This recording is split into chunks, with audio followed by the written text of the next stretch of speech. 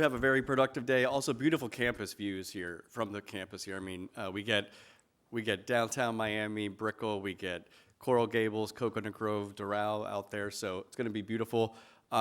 Also, I feel like there's nothing about, U.S. Latin American relations to talk about right now, nothing about economic policy to talk about right now, so it might be a very boring day for you.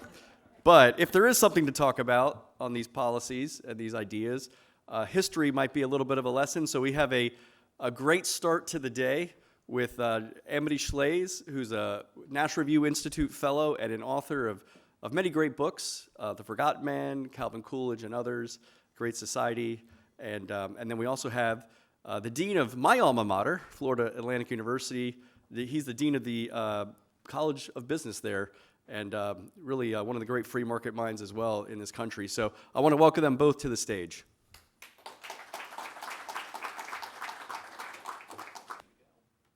Well, good morning, everyone. My name is, as Francisco said, is Dan Gropper, and I have the honor of serving as the dean of the College of Business at Florida Atlantic University, just up the road. I also have the distinct honor of having met Eduardo Padron, who, before he got his PhD at the University of Florida, got his undergraduate degree at Florida Atlantic University. So there are a number of very distinguished individuals here in Miami who helped shape the future of the city in education, in industry, who also tie their futures or their past back to Florida Atlantic University. And so we're very, very proud of that tradition. Today, I have the distinct honor of being here as a moderator or a questioner, if you will, of someone who I deeply admire. I've read her books, I have learned some things, and I really look forward to kicking off this discussion. So I'll say a few words and then we'll welcome our distinguished historian, Amity Shlaes. To kick off our discussion today, we wish to consider a few of the broad principles and the lessons we can learn from history about our current economic and political situation. And we characterize these lessons in three dangerous P's: price controls, prosecution, and protectionism, a historical perspective. Protectionism, protecting American industry and American jobs from unfair competition and bad deals. We have a new administration arguing that the moment has come for stronger protections for America. We've been treated badly, gotten really bad deals from Mexico, Canada, and others, particularly China. We might need to use tariffs to protect America from a variety of ills, both economic and social, like drug trafficking, human trafficking. Prices, our second P, are invariably a topic under daily discussion in our economic lives. I paid almost $4 a gallon for gas yesterday. And did anyone see the price of eggs at the grocery store recently? And did you see condo prices down here in Brickell? Beautiful place, but very high prices. We have a deep concern in this country about prices, both when they rise across industries and across product groups, as is inflation, and in specific cases, including prescription drugs and housing rents. The remedy often proposed and implemented sometimes is government influence and or management of private sector prices through subsidies or even price controls. Price controls on drugs, as in last summer's announcement by Medicare that it would negotiate down prices on 10 life-saving drugs. But also federal management of fast food prices, as Senator Elizabeth Warren has proposed. Or price controls on credit cards, whether late fees or interest rates. And also in this group, and perhaps among the most important, are the prices we pay for labor, wages. Minimum wages are back on the discussion board. There are renewed calls for mandated higher prices and higher minimum wages. And thirdly, we have another big concern, prosecution. That is ongoing prosecutions that seem to pop up in political life. First, our federal government has prosecuted people, or sometimes the states do, and then elections happen, and there are threats to prosecute the prosecutors. We may be living in a culture of perpetual prosecution. So these are our 3 Ps: protectionism, price controls, and prosecution. What we are here to discuss this morning is what our past might tell us about the effects when these impulses become policy or are actually enacted into law. And with that discussion, we have with us an extraordinary historian, a distinguished guest who can tell us about what answers history might have that can shed light on some of these questions. Ms. Amity Shlaes. She's the author of 4 New York Times bestsellers, multiple columns in the Wall Street Journal and elsewhere. Her biography of President Calvin Coolidge has become the standard for that 30th president. Her history of the Great Depression, Forgotten Man, has changed the way Americans think about that dark period in our history. And her book, Great Society, about the great progressive optimism of the 60s and the programs passed then, which are known together as the Great Society, looks into the economic consequences of many of these idealistic policies. Amity serves as chairman and CEO of the Calvin Coolidge Presidential Foundation, which gives the Coolidge Scholarship for academic merit. She's also a fellow at the National Review Institute, where she writes a column, The Forgotten Book. There's more about Amity in your program, but today we've invited her here to talk about what light history can shed on the quality of policies and their implications that are being proposed and even enacted so urgently today. Amity, what have you to say? Can you hear me now?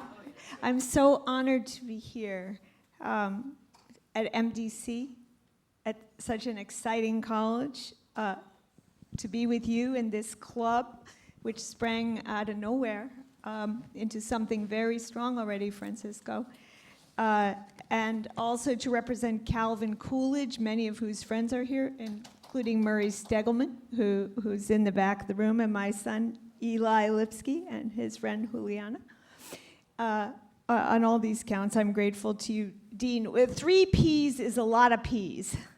Can you remember them? So given the news, and I thought about the location, and thought I'd just quickly discuss 1 P, and then we can move on to the Q&A and get to the others if we like. That P is protectionism, and in particular, the tariffs being mooted this week. Canada and Mexico. One of the things you'll see in the papers, doubtless in the Wall Street Journal and elsewhere, is that President Trump's sudden plan, and it is sudden and it is dramatic, reminds people of Smoot Hawley. And you're like, what is that? But that's the big one the historians are pointing to. It's in Ferris Bueller's Day Off, if you remember the scene with Ben Stein, if you're old enough to have seen that. And it was I think it's partly because it's fun to say. It's more fun to say Smoot Hawley than Hawley Smoot, but you'll hear that too. And I mentioned that to Josh Hawley. Smoot Hawley was a 1930 unexpected to many tariff, very heavy. It was put in during the Great Depression at the onset too, same reasons we move for tariffs today, preserved jobs here in the United States. And much of the analysis goes to the question of whether Smoot Hawley actually deepened the Great Depression that did not go away once it was passed, abided for 10 years. What makes the Great Depression great is the duration of it, 10 years. And well, we did lose trade? Well, why? And to what extent was Smoot Hawley? To what extent did it bring economic disaster within our borders? But I'd like to talk, therefore, about Smoot Hawley and something else, which is its consequences in political trust with foreign nations.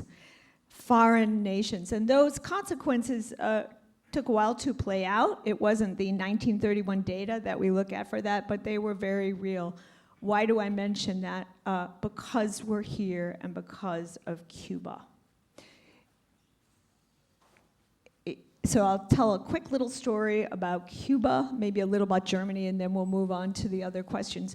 Where was Cuba at the turn of the century?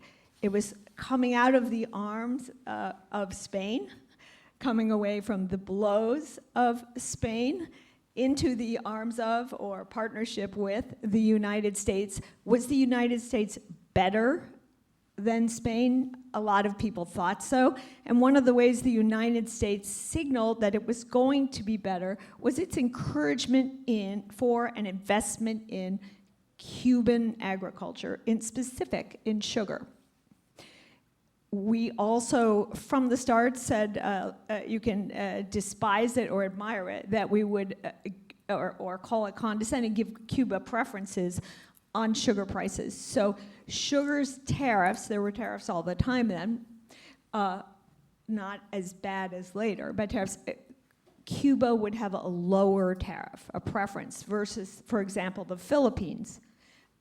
And we encouraged rather heavily Cuba to focus on sugar. As many of you in the room may know from your families, we had a tariff on tobacco. We didn't want Cuban cigars. We said Cuba's export to the United States will be sugar. And I'm ashamed to say President Coolidge was part of that because he really liked Connecticut tobacco and sent his son to work in tobacco fields that grew Connecticut tobacco. So there you are. And what happened to Cuba in the first third of the century was kind of a miracle, because Cuba did grow. Havana did become a kind of Miami. I mean, today we're sitting here wondering at the success of Miami. That was Havana in the day. We know that. We don't acknowledge it generally in US culture, but the power, the growth of Havana was stunning. The wonderland for America. The architecture you've seen, you know, many of the tall buildings, the beautiful ones in Havana, were built by New York architects in the 1920s. So it wasn't clear that Cuba would become a first world democracy or a leader democracy yet, but it seemed headed in that direction. And then came the tariffs. And thank you, Republicans, in this instance. There was an emergency tariff after a tumultuous time, after World War I. Then there was another tariff, 40 McCumber, 1922.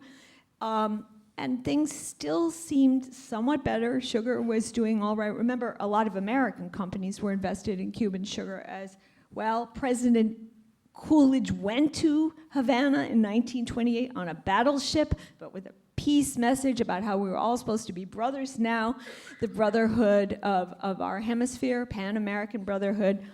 And the President Machado, Gerardo Machado, welcomed him, and there were a lot of photos. At that time, Prohibition was on in the United States, so the game of the reporters was to capture an image of President Coolidge drinking alcohol.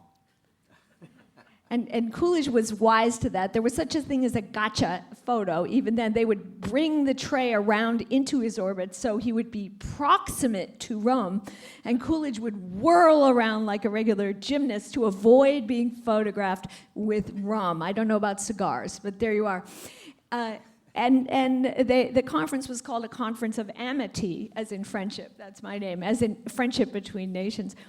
But there was an element of hypocrisy to it because there were those tariffs. Then, post-Coolidge, came Smoot Hawley. So the net was an effective doubling of tariffs upon Cuban sugar in that period. Cuba tumbled out of stability, which Francisco mentioned. Mr. Machado became ever more authoritarian, autocratic. He rigged the 1928 election, and after that as well, and ended up where? Buried here in Miami, in the cemetery. Not there. You know, this was a time, by the way, when Fidel Castro was a toddler.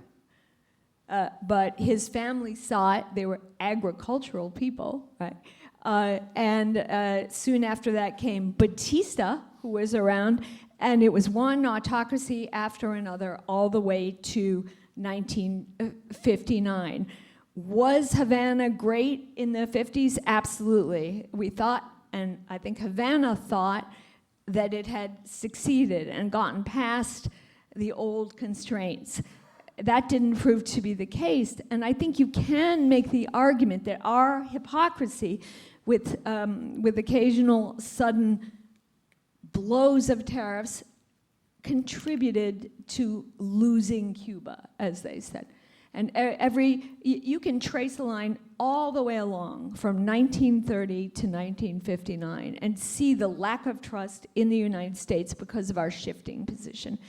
Well, 3 decades is a long span to ascribe causality, so I'll just mention one other, one other example of the damage of the loss of political trust subsequent to a sudden tariff, Germany.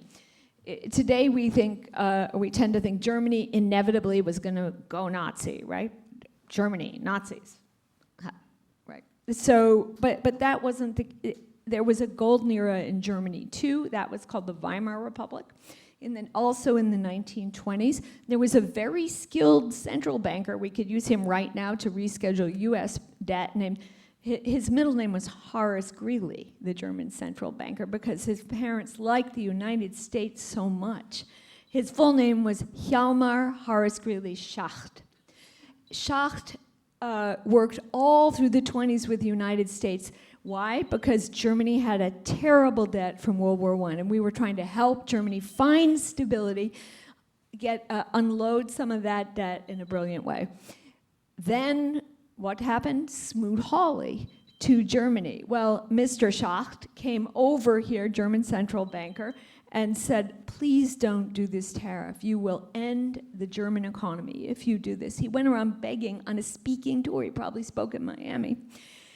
No avail. The tariff was popular in the United States, and within 3 or 4 years, Hjalmar Schacht was working for Hitler as Hitler's favorite central banker. He gave up and stayed home, whereas Machado went away. So that's an example of what you do to political trust when you throw something upon a foreign nation that it doesn't expect. And I don't think that's a Republican or Democratic history. That's just the history, and we have to be mindful of that in the current, in the current excitement over the tariffs. Yeah, it's a really interesting point, and the lessons we can learn from history, they echo a little bit perhaps in what happened over the last few months with Trump and perhaps Canada, because some have argued that in fact Trump announcing these tariffs on Canada helped push the government and push Trudeau on the way out while he was stumbling. This was a way to him. Do you put any credence in that sort of interpretation? Electorates always blame the messenger. So whoever is in power, it becomes weaker when an external blow comes. And what matters there less is who it is. Was it Machado? Was it Trudeau? But the quick change, because it's not good for countries to change leaders so often. Look at Cuba. You lose faith in your leadership when it changes too often. Look at Italy after World War II. So I'm not sure we should be proud of that, even if we aren't sympathizing with Trudeau on various measures that he's taken. I think in the introduction, Francisco talked about stability, what we want for this town. That's what we're depriving them of.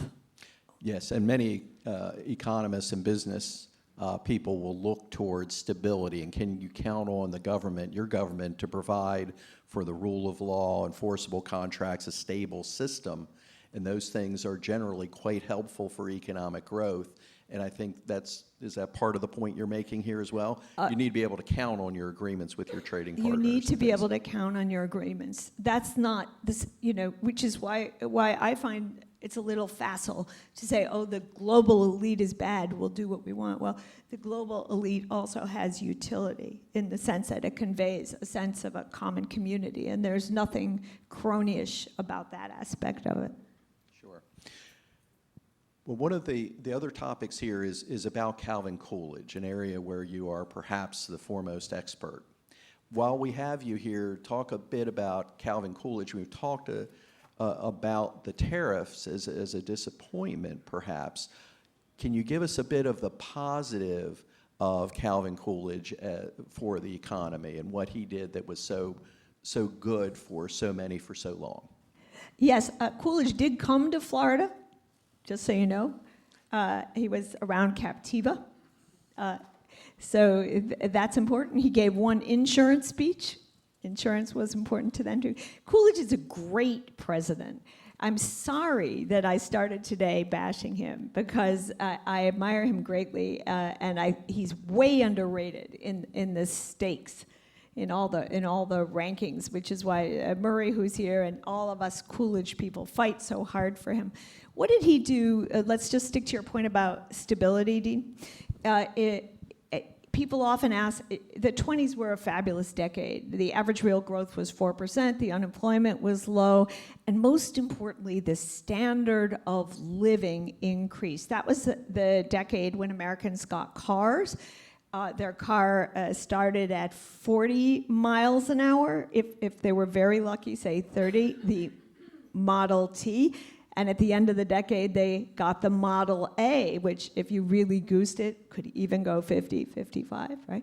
That was a very palpable joy, when you say standard of living sounds so abstract, for Americans to be able to drive an automobile that could take them, I don't know, far away. Think of the changes to lives, such as doctors' lives, when they could visit their patients. In addition, I often talk to students who work in the third world, and they have a metric by which they define poverty versus working class, and that is indoor plumbing. Right? If you're talking about really troubled areas, developing world, indoor plumbing is the line. The 20s were the decade where indoor plumbing became the rule in the United States. Very important. The 20s were the decade when we electrified our homes. Very important for later the ability of families to work, including women. Housework dropped by half because of washing machines, lights, outlets. The enormous effect on farming as well. And that, you understand about productivity gains. But productivity is a very abstract concept. What is productivity anyway? Total factor productivity, labor productivity. It's a real abstract noun to most people. So when I explain that to students, and I give this to you to explain to students, the gains on the assembly line in productivity meant that Henry Ford could pay people the same amount for 5 days of work instead of 6 days of work being the rule until that period. So if a young person asks you, what is productivity? You say, that is the thing that gave you a thing called Saturday. And then they understand. And it's actually true. It has that added virtue. So Coolidge did all that through stable policy. He wasn't alone. And even more wrongly priced president, if you think in the presidential market, was undervalued president was Warren Harding, who preceded him. But Harding and then Coolidge, Harding-Coolidge in the 20s, both committed to pulling government back, to making America stable, to vastly reducing taxes. And so the electorate always knew that under Harding and then Coolidge, taxes were going only in one direction, down. The same for antitrust, which is important for business when it comes to stability. There was kind of a pause on antitrust action after vigorous antitrust action in the preceding decades. So they didn't say make America great again. It wasn't like that. But they said they had a logo which always bugged me in secondary school, which was normalcy. You don't like that. That's going to make everyone like a cog. Mary Kissel wouldn't like that. Cog like home road. But that's not what they meant by normalcy. By normalcy, they meant make the environment kind of normal so that we can do business. And that's all business wants. Business never seeks perfect weather, or it never hopes for perfect business weather. It just wants weather that's not too bad to do business. So Coolidge and Harding made it that way. And at the end of the decade, by the way, the federal government was actually smaller than when Coolidge came in after 67 months. and the debt was down, the US debt was down by 1/3, and we had real prosperity. Don't ever let anyone tell you that the Great Gatsby is the story of the 20s. It's not true. The growth was not false. The patent rate was through the roof. They still study that rate at Harvard Business School. The patents were also extremely valuable in terms of intellectual capital and future productivity gains. That's great.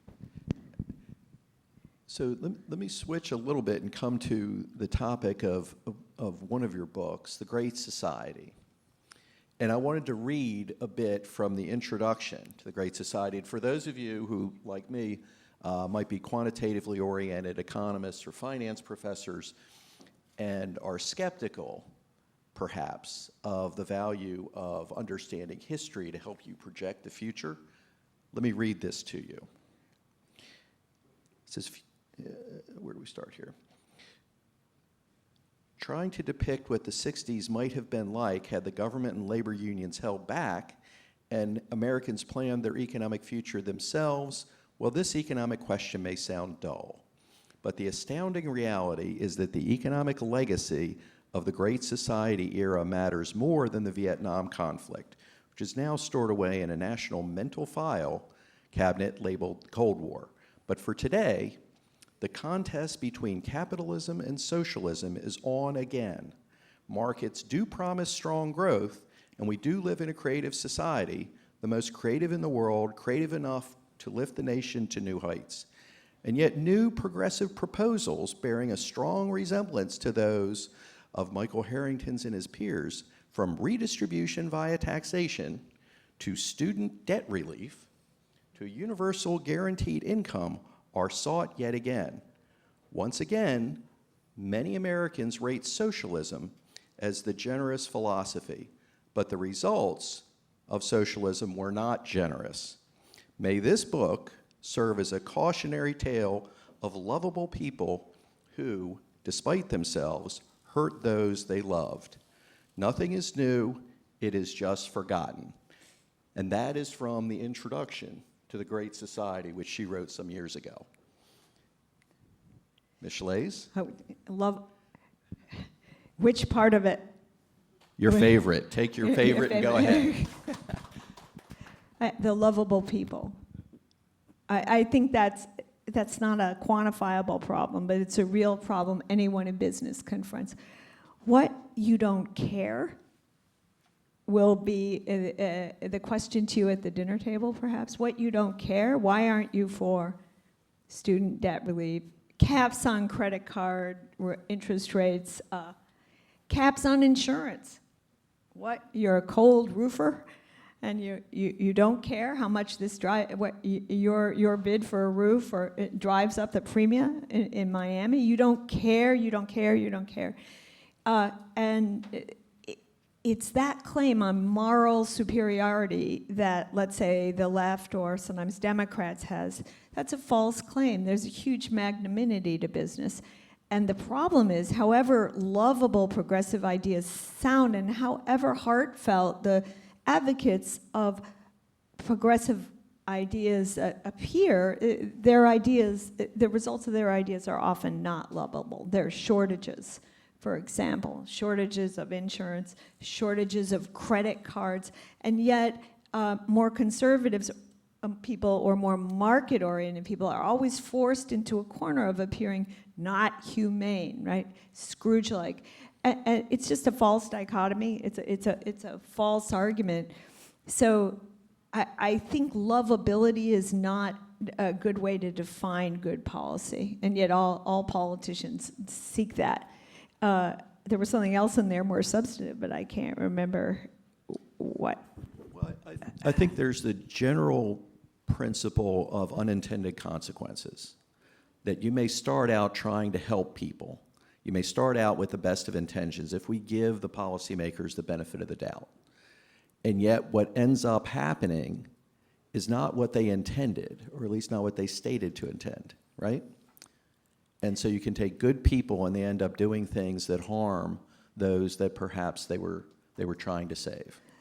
Well, yes, history is hard to write. You've heard the very famous line about the ice hockey player Wayne Gretzky skate to where the puck is going to be, right?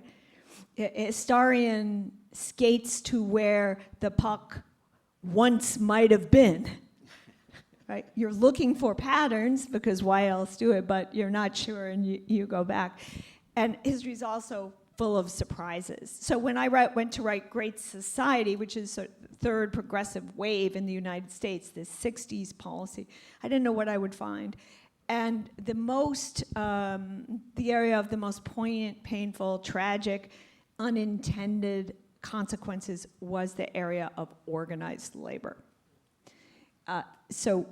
And in the book, actually through a character whose name was Walter Reuther, the head of the UAW. And if you're a certain age, you heard that name on the television every night.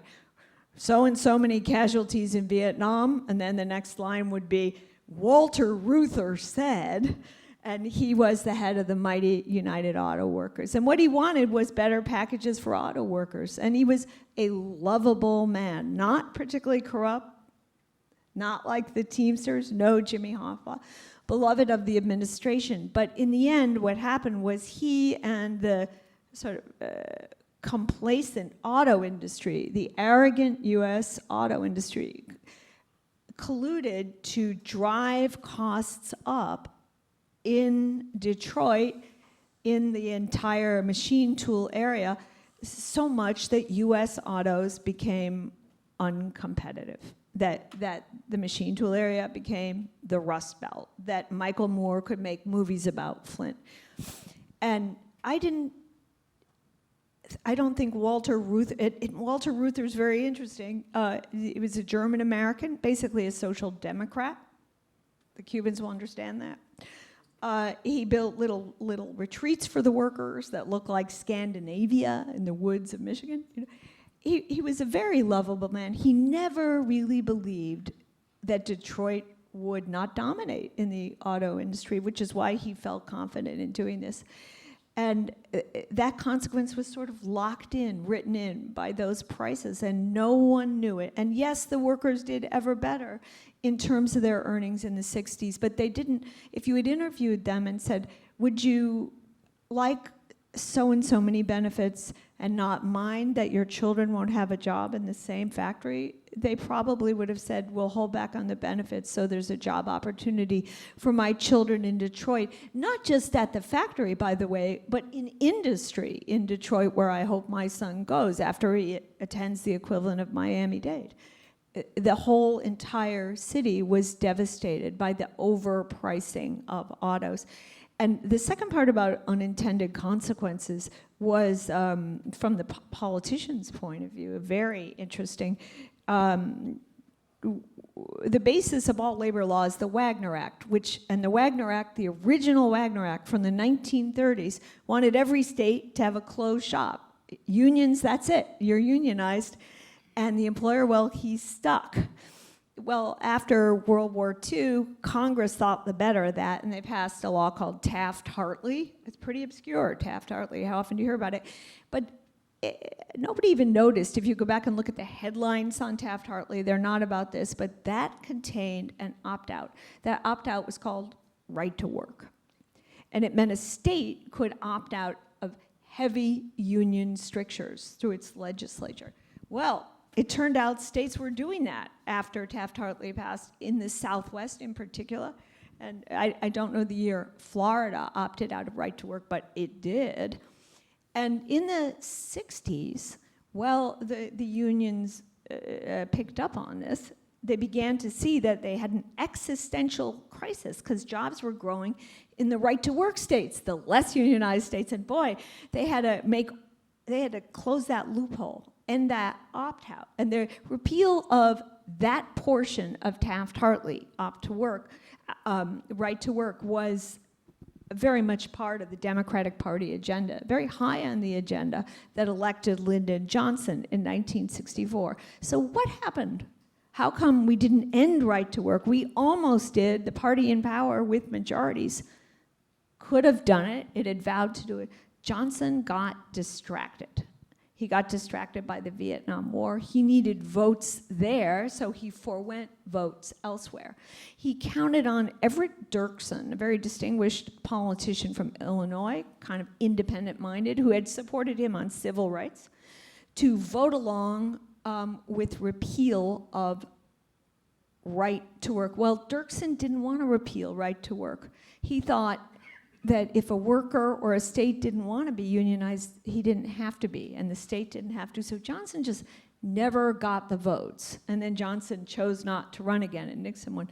Because Johnson failed on one item in his agenda, right to work, we had this grand national natural experiment where we saw how much faster right to work states grew than unionized states grew. And the evidence is actually at the back of my book, but it's just accepted today.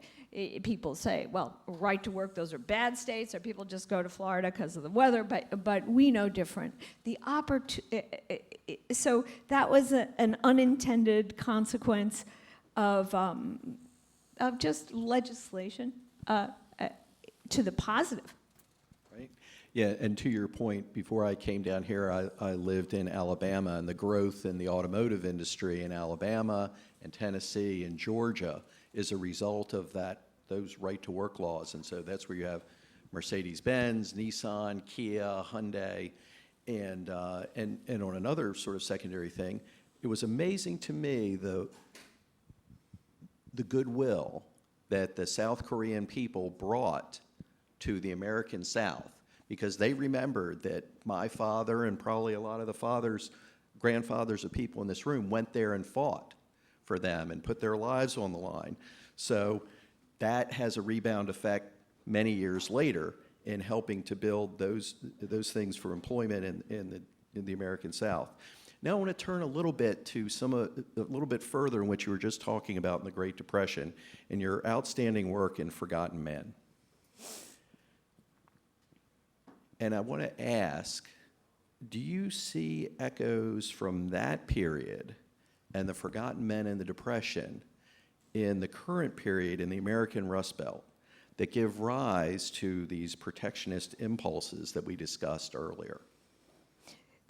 Smoot Hawley, the law we discussed before, that was a Republican law. The Democrats were, I think President Roosevelt, who won in '32 and became president for the decade, was pragmatic about tariffs, didn't love them, but he had an advisor, Cordell Hull, who saw their evil. So think about that. We created something called the Reciprocal Trade Act of 1934 and lightened it. But I think it lightened tariffs. Not enough for Cuba, but we did. That was the beginning of the modern free trade culture. What about the Depression? Why was it the Depression? As I said before, because it lasted so long. What was it? Unemployment was always over 10%. That's all you need to know. 10 years of unemployment over 10%. The stock market did not come back to its nominal level until the 50s. So think about that too, and our sense of birthright, that an ever-rising stock market is our birthright, we think. No. What's similar there was at the beginning of Roosevelt's program, the New Deal, is what it was called. He leaned to corporations, just as the new president is. They can help us learn how to be efficient. And the first New Deal definitely favored a few big companies, particularly through a law called the National Industrial Recovery Act, which said big companies, smart companies, wise guys we admire will plan how this industry can recover. So it was like asking, forgive me, but Elon Musk to plan his industry and someone else from another admiral, Fred Smith from FedEx, to plan the post office and so on. And there is a lot of wisdom in the corner office, in the CEO office, no question. But the net effect was that the proposals made by the big companies weren't advantageous to smaller business. One example, which I trace in my history of the 30s, was a little chicken butcher in New York. Who are the big guys in that particular sector? Well, it was the supermarkets and the large poultry shops, the large slaughterhouses, the chicken butchers, the Schechters, they were one house. That was it, right?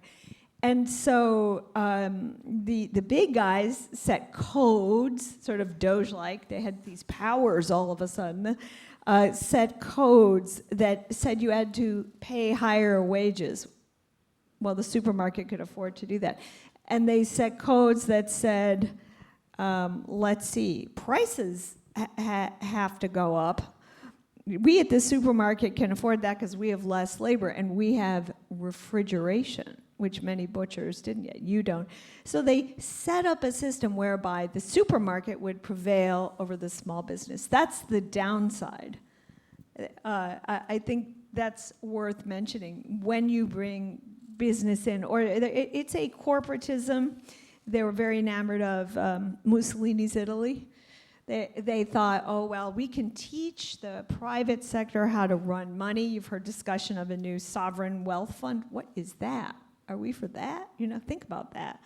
Oh, the federal government gets in the investment business in a direct way. Is that constitutional? But also, is it a good idea? It might be more American to return Social Security assets to individual shareholders, which would be you, which would be, wouldn't it be more rational to give you an individual account where you manage your own Social Security money? Maybe you'd get better returns than the SSA. So if you're chasing better returns for Social Security, for example, which everyone certainly is, it makes more sense in the American fashion to return control of the investments to the individual or to Vanguard, and you can make it safer by annuitizing the payment or something. But there's a whiff of not just dirigism, but too much affection for corporations in the new government. And in the 30s, that did not work. And by the way, that law, the National Industrial Recovery Act, was overturned by the High Court, and the little chicken people were the case. And they said, chicken defeats eagle in 1935. Small business defeats corporatism of new federal government.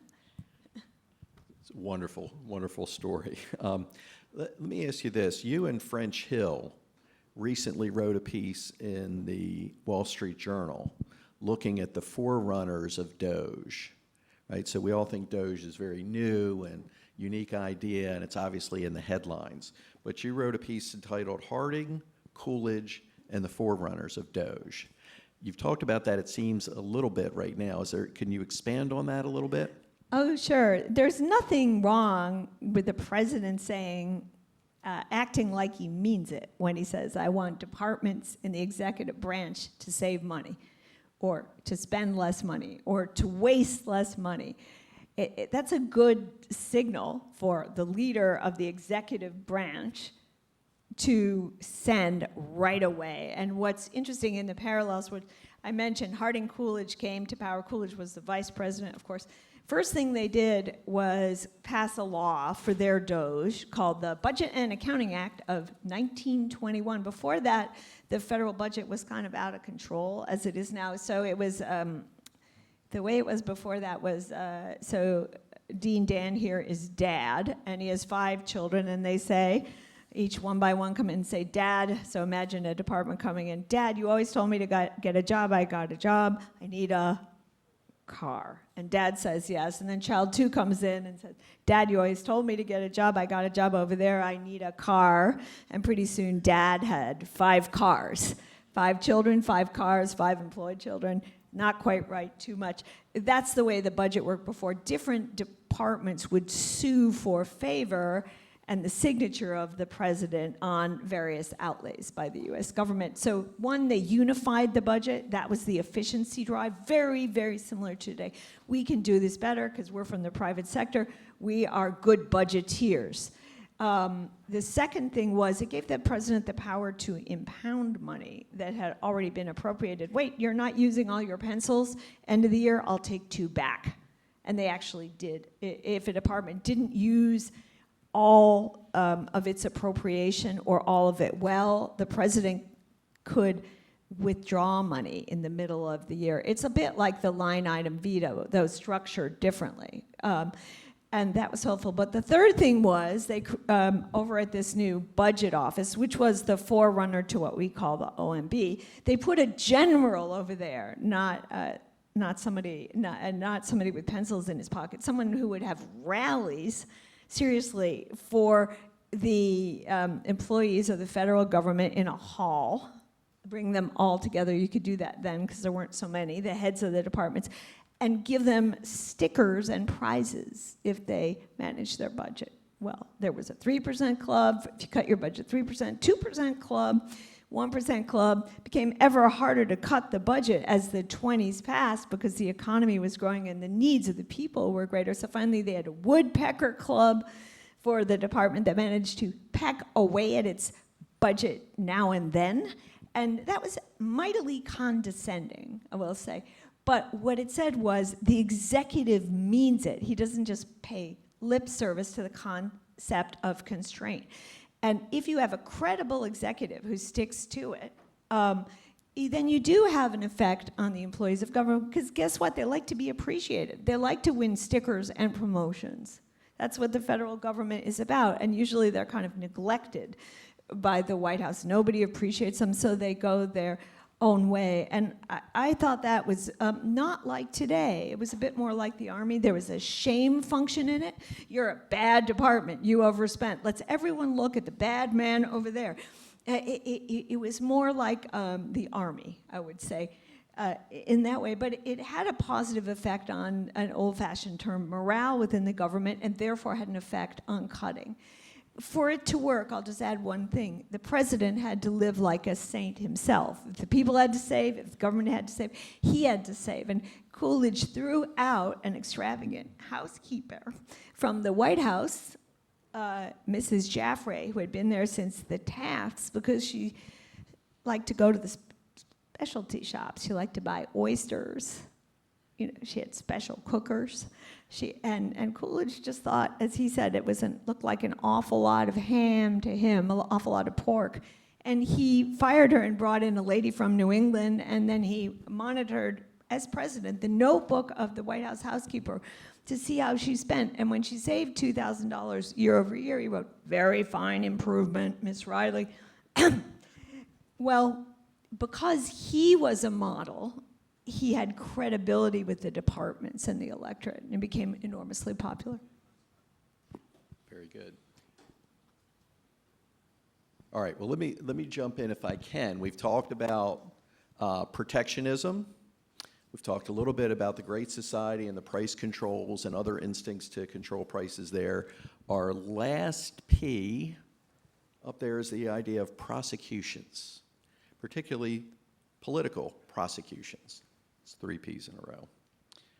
Some of our recent political debates have focused on this idea of a two-tier justice system and what that's meant between Democrats and Republicans. And it all seems, again, very, very new. But you have some lessons from history.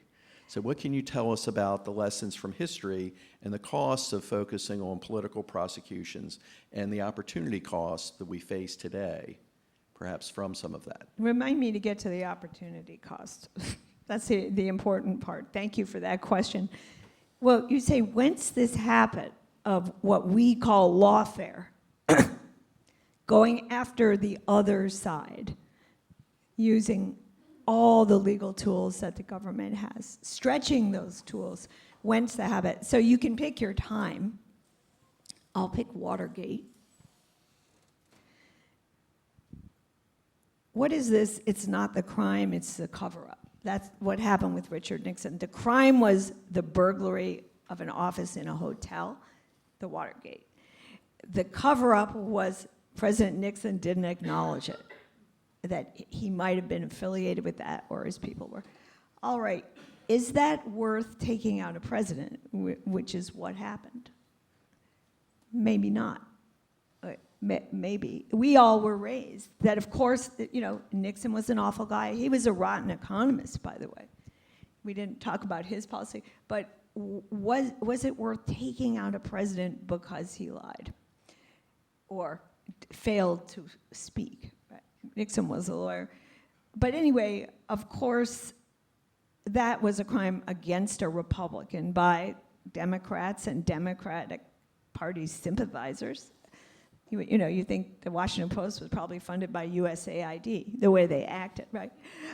So when does the revenge come under President Clinton? What did President Clinton actually do? Well, he had a couple shady deals in his home state, Arkansas. Whitewater, Watergate to Whitewater. You were going through the U.S. scandals. Watergate, Whitewater. What else did he do? The prosecutor, who was Ken Starr, a very noble prosecutor, looks good on television, went on what we call a fishing expedition. That is, he looked and looked and looked under every rock for anything he could get on Clinton, and eventually he got Clinton lying, perjuring himself on whether he had an affair with an intern. That was terrible. The electorate didn't like it. Democrats voted strongly for Democrats in '98. And the Republicans eventually kind of desisted. And now we have, Democrats got their revenge when, well, one example would be recently with, say, elections in Georgia. What about this escalating war? What is the opportunity cost? What are we foregoing? Well, in the 90s, Social Security is not that hard to reform. You in this room at this club could reform Social Security and find 3 ways to do it that you could live with in one afternoon. High schoolers in AP Econ or even regular Econ could reform Social Security. And the earlier Social Security is reformed because of the actuarial nature of it, the easier it was to do. It would have been easy as pie for President Clinton and Newt Gingrich, the Republican leader, to have reformed Social Security in those years. We didn't because of this distraction of Whitewater. What else? It would have been a little easier to espy the danger of Al-Qaeda. And some people have written about this. President Clinton knew about Al-Qaeda the morning he heard September 11. He said it was Al-Qaeda. Was it Osama? But he wasn't exactly focused, being prosecuted in this embarrassing way, deposed in this embarrassing way. That's not to say we approve of what he did. It's just the cost to the polity, to the economy. So I am not going to agree with a lot of Republicans on this. I think it was incautious. And what about now? I think now we should go back to where Coolidge, where they went. They had their scandals. They had something called Teapot Dome, a sloppy privatization. Coolidge saw to it that that was prosecuted, and in fact, appointed investigators from both parties, so Teapot Dome would not seem so party political. But once it was passed, he shut up about it, and the party shut up about it. He sought an era of good feeling. Various people had gone to prison or been otherwise, provoked, attended to, even deported, were pardoned, or their sentences were commuted. Eugene Victor Debs was in prison because he'd spoken up in World War I. His sentence was commuted.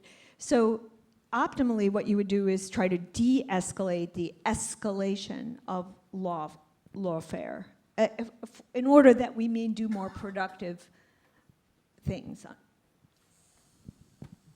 Well, we've reached the end of our time. I think I've learned a bit in preparing for this and then listening today about the lessons from history that can help us make informed decisions now and can help us look forward and perhaps even see around those corners, as my forecasting friends like to say. But Amity, thank you so much for being here. Thank you to the National Review Institute for making her visit possible and supporting her work and supporting such other great work that you guys do. And it's a pleasure. Please join me in thanking Amity Shlaes for being with us.